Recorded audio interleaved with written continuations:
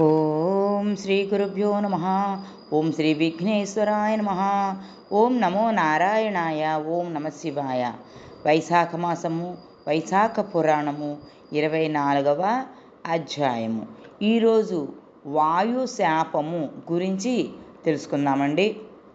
అంబరీషంతో నారదుడు ఈ విధముగా వైశాఖ మహత్యమును ఇంకా వివరించెను. శృతదేవుడు శృతకీర్తికి శంఖవ్యాధుల సంవాదమును వివరించుచు ఇట్లనెను. శంఖముని మాటలను విని కిరాతుడు ఇట్లనెను.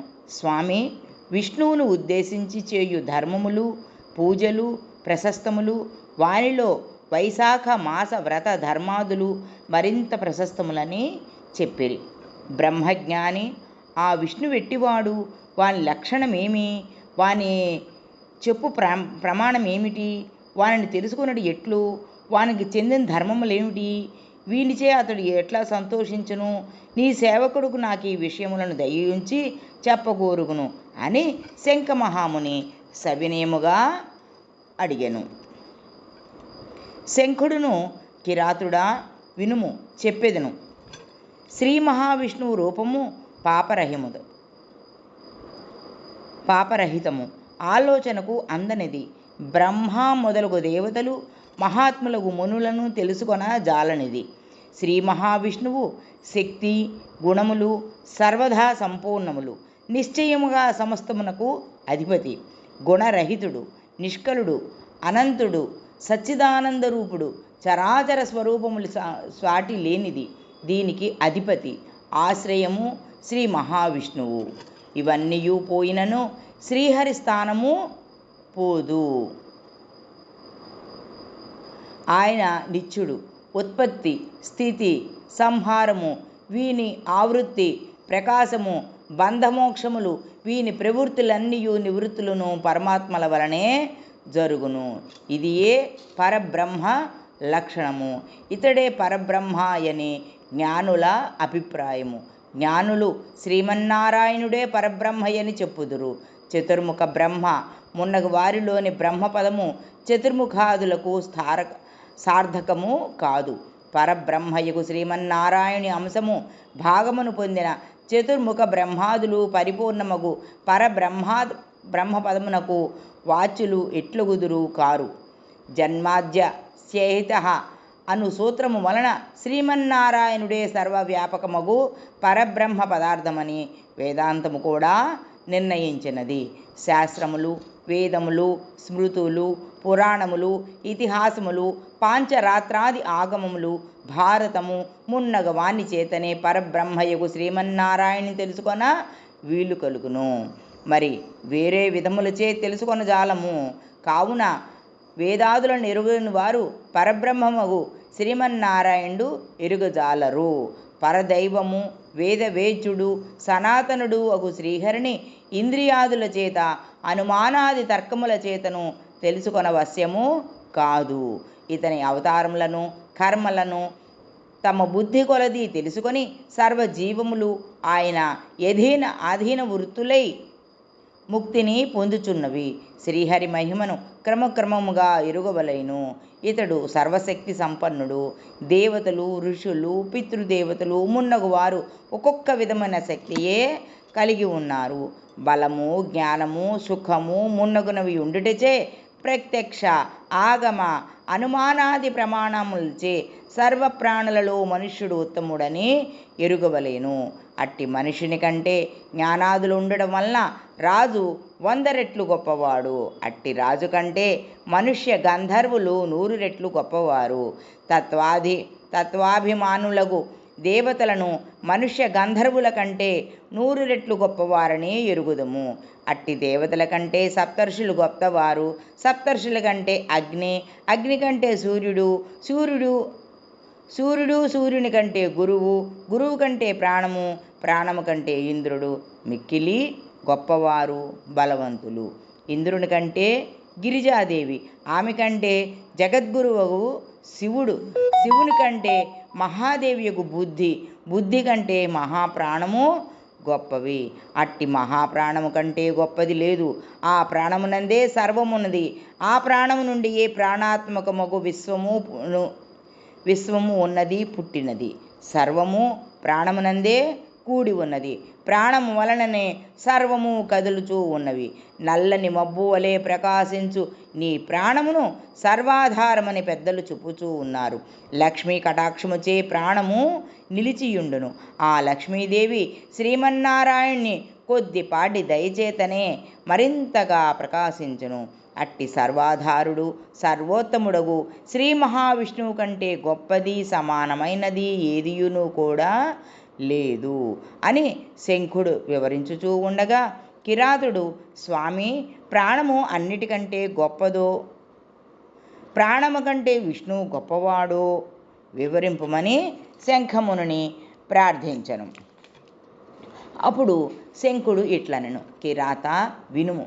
సమస్త జీవులు పరిశీలించి నిర్ణయించిన ప్రాణాధిక్యమును చెప్పుదును వినుము. పూర్వము శ్రీమన్నారాయణుడు బ్రహ్మాండమును సృష్టించి బ్రహ్మాదులతో ఇట్లనెను, దేవతలారా, నేను మీ దేవతల సామ్రాజ్యమునకు బ్రహ్మను అధిపతిగా లేదా రాజుగా నియమించుచూ ఉన్నాను. మరి మీలో గొప్పవారెవరో చెప్పినా వాణ్ణి యువరాజుగా చేయుదును. అతడు శీలము, శౌర్యము, ఔదార్యము మున్నగు గుణములను కలిగి ఉండవలను అని శ్రీహరి పలుకగా, ఇంద్రాదులు నేను గొప్ప అని పరస్పరము వివాదపడిరి.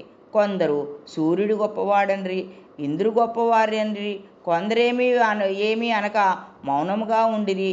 ఇంద్రాది దేవతలు యువరాజ పదవికి తమలో తగిన వారెవరో తెలియక నిర్ణయించుకోలేనక శ్రీమన్నారాయణ వద్దకు వెళ్ళి ఆయననే అడిగిరి. అప్పుడు శ్రీహరి నవ్వుచూ, విరాట్ పురుషుడు సృజించిన ఈ స్థూల దేహము వైరాజమనబడును. ఈ దేహమున చాలామంది దేవతలు అంశరూపమున ఉండిరి.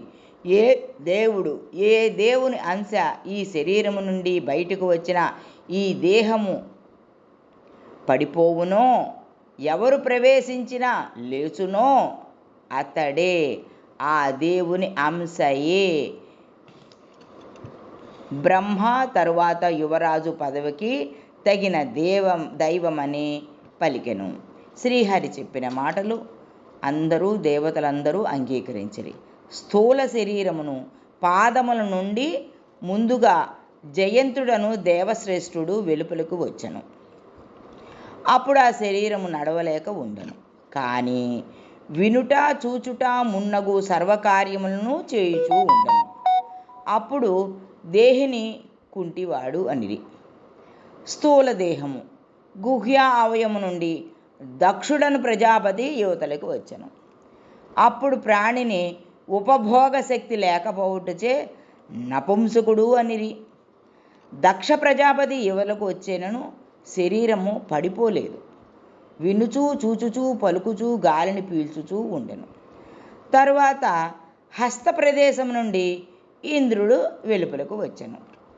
అప్పుడు ఆ దేహిని హస్తవిహీనుడు అని అన్నారు. ఆ శరీరము ఇంద్రుడు బయట వచ్చినను చూచుట మున్నగు వారిని చేయుచనే ఉండెను. తరువాత కన్నుల నుండి సూర్యుడు వెలుపలకు వచ్చెను. చూపు లేకపోయెను, కానీ ఆ శరీరం వినుట మున్నగు పనులను చేయుచూ ఉండెను. దేహము ముక్కు నుండి అశ్విని దేవతలు వెలుపలకు వాసన చూడలేకపోయెను, కానీ వినుట మున్నగు వానిని శరీరము చేయుచునే ఉండెను. దేహము చెవుల నుండి దిక్కులు వెలుపలకు వచ్చినవి. అప్పుడు ఆ దేహికి వినికిడి శక్తి లేకపోయెను, చెవిటివాడని అండ్రి. చూచుట మున్నగు పనులను చేయుచూ ఉండెను. దేహము నాలుక నుండి వరుణుడు వెలుపలికి బయటికి వచ్చెను. దేహికి రుచి తెలియకుండెను, వినుట మున్నగు వారిని చేయుచూ ఉండెను. శరీరం పడిపోలేదు. పిమ్మట వాక్కునకు అధిపతియగు అగ్ని బయటకు వచ్చెను.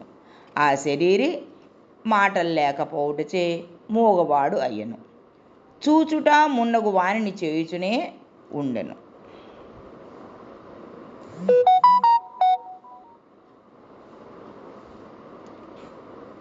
జ్ఞానస్వరూపుడకు రుద్రుడు శరీరము నుండి వెలుపులకు వచ్చెను.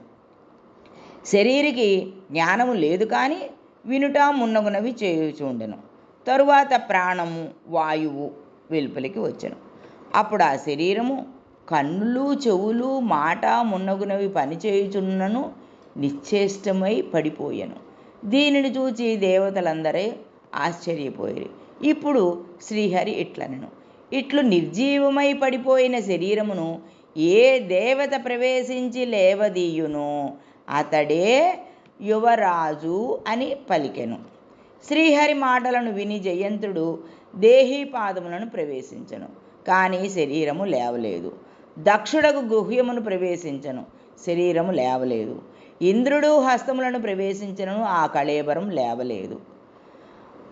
మరి సూర్యుడు కన్నుల్లో ప్రవేశించెను, ఆ కళేబరం కదలలేదు. సూర్యుడు కన్నుల్లో ప్రవేశించెను, కళేబరం కదలలేదు. దిక్కులు చెవులలో ప్రవేశించెను, కళేబరం కదలలేదు. అగ్ని ప్రవేశించెను, ఆ కళేబరం నుండి మాట రాలేదు. రుద్రుడు మనసులో ప్రవేశించెను, కళేబరం కదలలేదు. పిమ్మట ప్రాణము ప్రవేశింపగా ఆ శరీరము లేచెను. అప్పుడు బలము, జ్ఞానము, ధైర్యము, వైరాగ్యము, బ్రతికించుట మొదలగు వానియందు శక్తిమంతగు ప్రాణమునే యువరాజుగా దేవతలు భావించరి. శరీరము జీవించుటకు కారణమగుటచే ప్రాణమే సర్వాధికము అని చెప్పిరి. ఈ ప్రాణము తన అంశల చేత పూర్ణ భాగము చేత ప్రపంచమంతటను వ్యాప్తమై ఉండెను. ప్రాణహీనమగు జగత్తు లేదు, ప్రాణహీనమగు ప్రాణియు నీ సృష్టిలో లేదు. అట్టి ప్రాణహీనమునకు వృద్ధి లేదు, ప్రాణము లేనిదేదియును ఉండుట లేదు. కావున ప్రాణము సర్వజీవముల కంటే అధికము, దానిని మించిన బలాఢ్యమైనది ఏదియూ కూడా లేదు. ప్రాణం కంటే గొప్పవారు సమానులు ఎవరునూ ఉన్నట్లుగా కూడా చెప్పలేదు, చూడలేదు. ప్రాణదేవుడొక్కడే అయినను ఆయా పనులను చేయుటచే బహుస్వరూపుడగుచున్నాడు. కావున ప్రాణము సర్వోత్తమమని ప్రాణోపాసన పరులవుతున్నారు. సర్వసృష్టికి వినాశమునకు స్థితికి ప్రాణదైవమే సమర్థము. విష్ణువు తప్ప మిగిలిన దేవతలెవరూ కూడా ప్రాణమును తిరస్కరింపలేరు. ప్రాణదేవత సర్వదేవాత్మకము, సర్వదేవమయము, నిత్యము శ్రీహరిని అనుసరించి ఉండును, శ్రీహరి వశమున ఉండును. ప్రాణదైవము శ్రీహరికి వ్యతిరేకమైన దానిని వినడు, చూడడు. రుద్రుడు, ఇంద్రుడు మొదలగు వారు శ్రీహరికి వ్యతిరేకముగా చేసిరి. ప్రాణదైవము మాత్రము శ్రీహరికి ఎప్పుడునూ వ్యతిరేకముగా చేయదు. కావున ప్రాణము శ్రీహరికి బలమనరి. కావున శ్రీ మహావిష్ణువు మహిమను లక్షణమును తెలియజేసిన పూర్వకర్మవశమున సిద్ధమైన స్థూలము తన శరీరముపై ఉన్న కుబుసమును విడిచినట్లు విడిచి తుదకు సర్వోత్తమము వినాశరహితముగు శ్రీహరి పదమును చేరుచూ ఉన్నాడు. అప్పుడు శంఖమహాముని ఇంకా వివరించను. ఆ మాటలను విని కిరాతుడు ప్రసన్న మనస్కుడై సవినయముగా మరలా శంకుని ఇట్లా అడిగను, స్వామి, బ్రహ్మజ్ఞాని మహానుభావుడు జగద్గురువు సర్వేశ్వరుడగు ప్రాణము యొక్క మహిమ లోకమునెందులకు ప్రసిద్ధము కాలేదు. దేవతలు, మునులు, మహాత్ములు మున్నగు వారి మహిమ లోకమున పురాణాదులందు వినబడుచూ ఉన్నవి. కానీ ప్రాణ మహాపురుషుని మహిమ ఎందులకు ప్రఖ్యాతము కాలేదు అని ప్రశ్నించను. అప్పుడు శంఖమహాముని ఇట్లనెను, పూర్వము ప్రాణమహాపురుషుడు సర్వోత్తముడుగు శ్రీహరిని అశ్వమేధ యాగములు చేసి సేవింపదలచి గంగాతీరమునకు పోయెను. నాగళ్లతో ఆ నేలను దున్నించి శుద్ధి చేసి యాగశాలను నిర్మింపదలచెను. నాగళ్లచే దున్నించుచుండగా పుట్టలో తపము చేసుకొను కణ్వ మహామునికి నాగలి తగులుటచే తపోభంగమై కోపించెను. పుట్ట నుండి వెలుపుకు బయటికి వచ్చి కోపగించి తనకు విఘ్నము ఆచరించిన ప్రాణపురుషుని చూచి ప్రధానుడనని గర్వించిన నీవిట్లు నా తపమునకు విఘ్నమును ఆచరించిదివి కాన నీకు ముల్లోకముల యందును ప్రఖ్యాతి ఉండదు, భూలోకమున మరింతగా ప్రఖ్యాతి ఉండదు అని శపించెను.